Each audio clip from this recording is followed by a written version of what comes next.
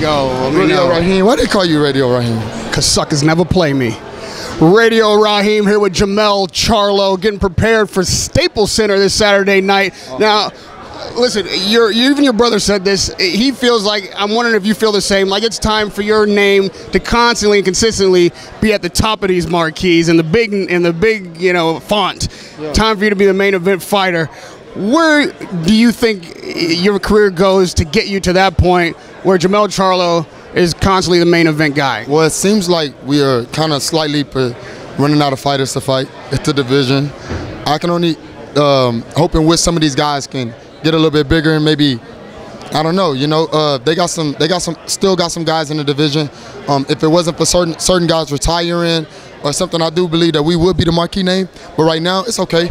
I'm steady fighting, I'm steady training, and this is my sport right now. My window's open, we're growing, and I guess that as things are shuffling and shifting, we're steady becoming to the top. So I'm excited about what's going to happen at the Staples Center. I can't wait till my face is across the billboards and all these other things, but in the meantime, I'm going to continue to strive hard and be me. You mentioned that you're running out of fighters. 154 isn't that impacted with stars. It used to be, though. It used to be, but 60 is where it seems to be at right now, at least in the ballpark where you could be. Obviously, your brother campaigns there. Would you consider fighting in the same weight division as him? Nah, we did that for a few years already, and all I hear is people saying, who's the better fighter? Who's the better twin? Who this and that? My brother's great. I'm great. And we'll never fight each other. That's not our objective. Our objective is never to compare each other or compare our skills. So the mistake that they're making right now is trying to put somebody in at this complete level that we're at right now and say, okay, you had a close fight with Jermell. Now let's face Jermell. We have two opposite different trainers where body mass is different. The whole 9 yards is different with us. So I don't necessarily believe if they stick to the game plan of what they did against Jermell, that's a mistake. Now, I want to have a good time, and I want to entertain y'all guys, but if they going in there thinking that I'm my brother, that's a rude awakening. You guys are almost inseparable. You look alike. You're close in weight divisions. You're always there to support each other. One name gets mentioned, the other gets mentioned. Yeah. So it's reasonable for people to think that way. What does that bring to you as an athlete, as a brother? How does that help you succeed? Well, it definitely could become a little slightly frustrating because I don't never want to fight my brother. You know, like today on the plane, he was like, man, I'm better than you anyway. Shut up. But that's fine, you know. I always tell my brother that I'm better than him because that makes him strive harder and work harder. He looks good. He's a solid fighter.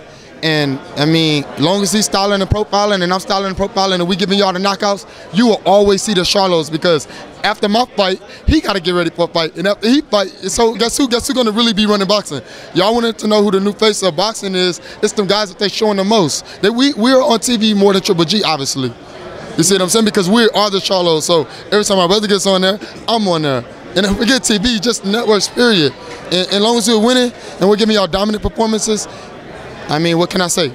There are a lot of promoters out here trying to grab up new talent. There's a lot of networks getting in the game. Obviously, you guys, both of your names are out there as possible talent.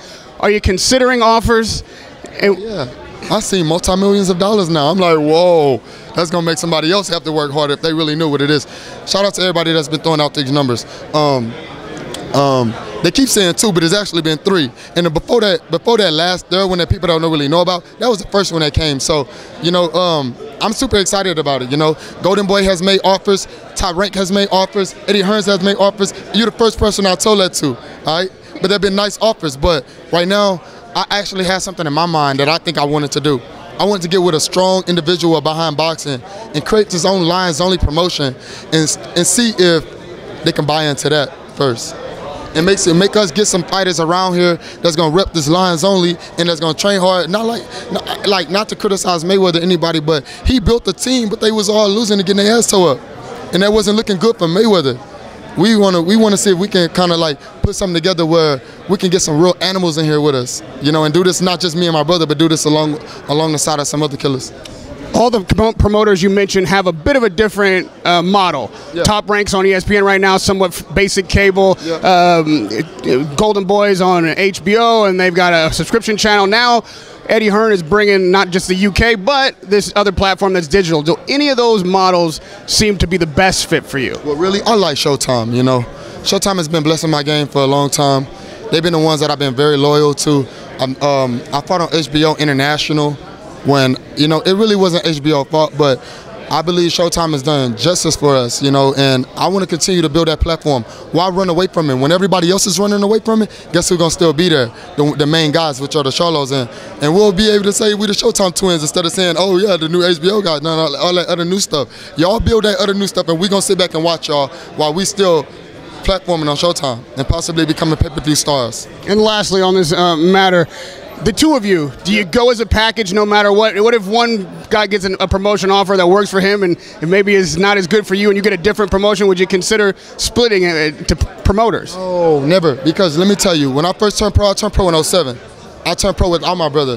And I'm not going to lie to you, I lived with that for a long time. You know, they didn't never sign my brother. So at the end of the day, it built a lot of animosity towards each other. It built a separation and a difference. Right now, we are the closest that we can be. And only thing I got to do is try to make me a family or some shit, because my brother got a beautiful family and I be getting jealous sometimes. That's tight. You know what I'm saying? But other than that, I'm excited about, you know, sticking together, you know, separating and trying to sign with somebody else and then somebody else signing. You know, like I said, they didn't do that at the beginning. And I'm glad that we learned from that. We didn't even have the same managers at the beginning. So, you know, now where we at in our life, I definitely don't want to separate from my brother in boxing. You know what I'm saying? We're going to the top together. Radio Rahim with Jermell. Stop eating that bad meat and come back down to 54. We've been wanting him.